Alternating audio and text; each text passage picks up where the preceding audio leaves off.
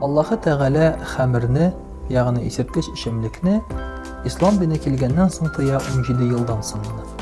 Беренче мөселманнар әле 17 ел буена аракы эчәләр, хәмер эчәләр. Шуннан соң исерек килеш намазларда укыган чаклары була. Һәм инде 3нче тапкырдан соң гына Аллаһы Тәгалә 17 ел үткәч кенә хәмерне тулысынча тыя. Сәбәбе нәрсәдә?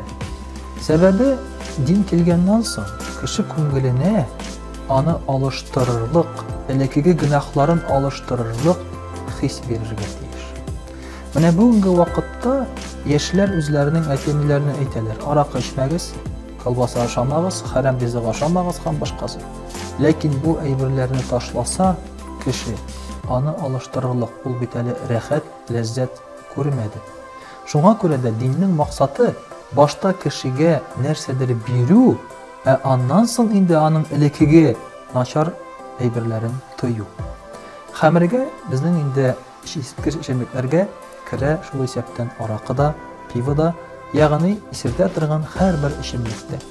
Шуның өчен дә без әйтә алабыз инде хәзерге вакытта аракы шулай ук хәмер кебек тыелган дип.